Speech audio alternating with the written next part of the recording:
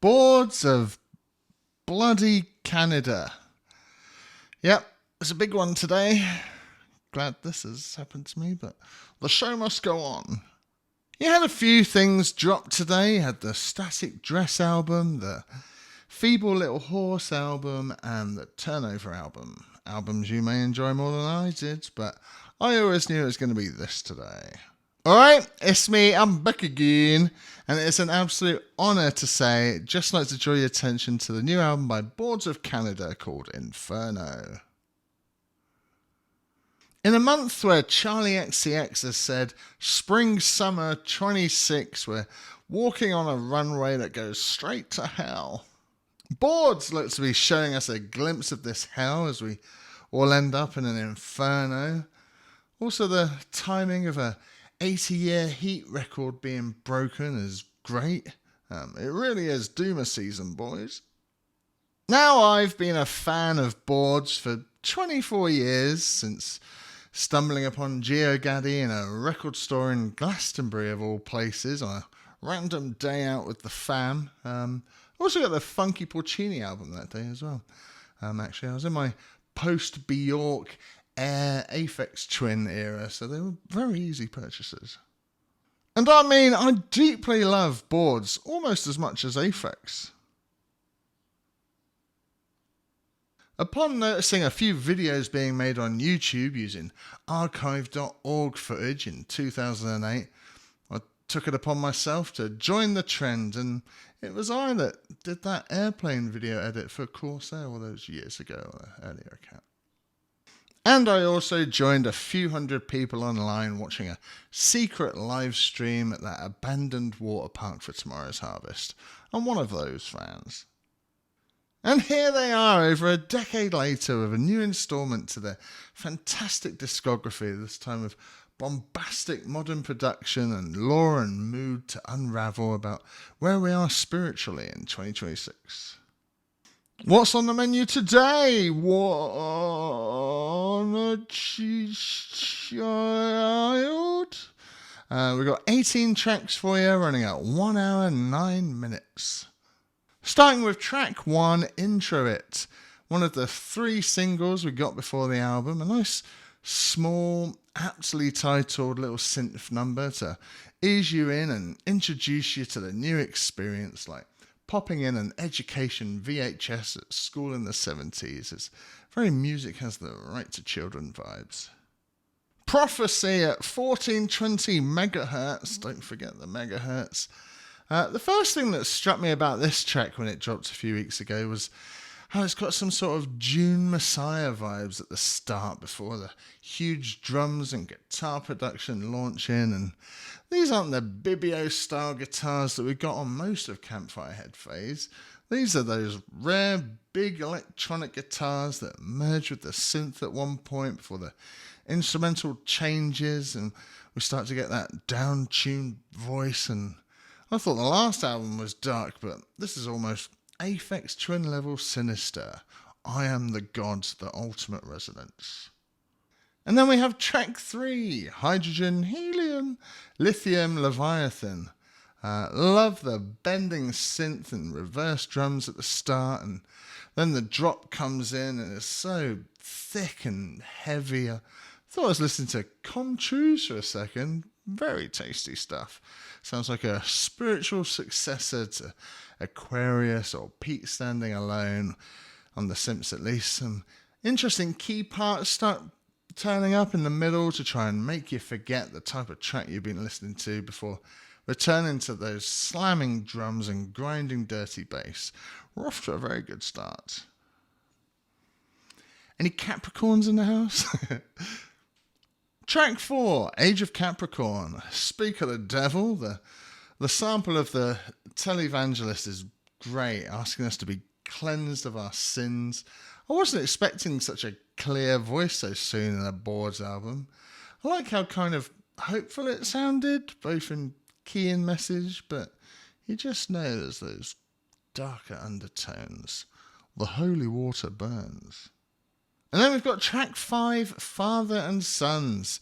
It's so modern sounding, even though it's their usual like half-time upbeat rhythms and melancholy keys, but I feel like I'm listening to Pogo with all the voice editing. This is really going to stand out from their other albums so much with this production. It's like they finally bought a PC and got rid of all those 8-track tape players they used before.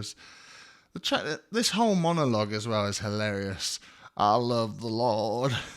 You gonna call him a liar? I bet it's Richard D. James's favourite song on the album. Track 6, Somewhere Right Now in the Future. That's the title. Tracks like this used to be my favourite on old albums with all its muted, flowing, kaleidoscopic looping. Might grab me more after a few more plays, even though I'm not as hazy or as dreamy as I was 10 or 20 years ago, but I like it. It's a smidge of a cathedral Wurlitzer vibe. After that, we've got track 7, Naraka. A nice big crisp beat with some subtle instrumentals and bells surrounding it, but the big melancholy synth that feels like the chorus moment is classic textbook Boards of Canada. Definitely puts you in your place if you aren't there yet on the album. This is the track, and just when you think it can't get any better, that's when the singing sample comes in, and it's a really great track. I was fully zoned in after this point. And then we've got track 8, Acts of Magic. Sadly, it's followed up by the worst track on the album.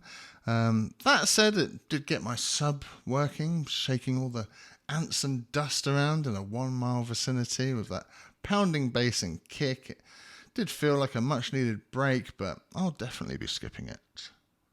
And then we have track 9, Memory Death. I wondered how real that sample was, how raw the story might be behind it, or if it's a metaphor for all of us. The doomsday clock is ticking. Love the notes that the bass is playing and the surround sound vocal that appears halfway. Up next, we got track 10, The World Becomes Flesh.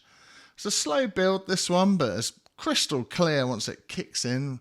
Reminded me of all the sounds you'd get in a mini-disc advert in the 90s. Inferno has elements of all their albums. It's a real cocktail of everything we've experienced before. But it starts to get real hypnotic on this track when the woman arrives talking about embryos and up against all those robotic effects. I just can't get over the production on this, honestly. It's so clear. Following that, we've got track 11, Into the Magic Land. Like its title, this is a sort of zany magic carpet ride, like I've taken LSD and I'm going to watch Jim Morrison of the Doors in concert scream at me that this is the end and people are strange as I try to break through to the other side along some swirling loops of dizzying guitar and percussion and a cheeky little slide bass. I feel like I'm about to get a belly dance performed in front of me. It's very psychedelic. And then we have track 12, Blood in the Labyrinth. The first half of this felt like it was off the last album, tone, key-wise, with a classic Boards beat, and then that guitar sitar thing comes swooping in and shimmers it all away. And this is classic Boards, this track. I absolutely love that whoosh zoom slide it does, and I'm glad it keeps doing it. I like it a lot, and I could feel my chakras tingling. And my knee. Up next is track 13, Deep Time, which is the track from the promotional VHS tape called Tape 05. It's grown on me a lot. Feels like I've been listening to it for years already. It's like 3 different intervals glued together, like a bridge from Campfire to Harvest to Now. And I'd argue it's different from the rest of the album in that regard, but I do like that the key of the track seems to be in that Devon cowboy area, and I felt like I kept seeing early reactions saying this album was really dark, but I don't think it is now I'm this deep into it, and I guess it depends on what music you listen to or how recently you listen to Boards, but if you were listening to Ethel Cain's Perverts last year, then this is nothing to frighten you into despair unless you're simply the type of person it's targeting words-wise. Following that, we've got track 14, All Reason Departs. In a world constantly teetering on the edge of Middle East holy wars, you can't help but notice this whole album has this on its mind. The middle section kind of completely strips things away as if to remove the life from the first half to just drums and bass, and reminded me of the noises you would hear on the computer game Snafu that I played in the 80s on the Intellivision. It's just kind of grooving, plodding along like a sort of internal processor. It's your Tron moment. You realise the walls are closing in and you're suddenly inside Boards of Canada's computer. You have to find your way out. And then we have track 15, Arena Americanada. This might be my favourite track from today. It's given me some summer Miami Vice vibes, like I've just briefly parked up my Ferrari Testarossa at the pier and looking at the ocean and the sunset glistening on the water after a long day of detective work as I take off my cool black shades and I think, let's go back to my pastel blue and pink apartment full of neon lights and misty plants and have a cocktail before I go cruising all night long. I could have this on repeat easily. Track 16 is The Process.